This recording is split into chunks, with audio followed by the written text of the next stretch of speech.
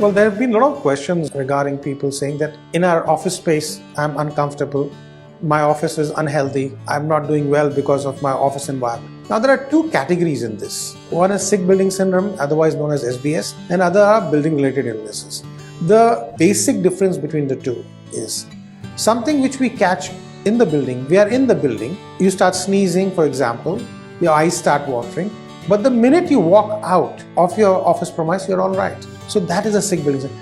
A building is considered sick or having a sick building syndrome when more than 20% of the people working in the building are affected by some sort of allergy or discomfort while they are in the building, and they are okay once they go out. On the other hand, a building related illness, something which you have caught inside the office and you have taken it out and it still continues with you, is contagious. With BRI, even one case is a problem.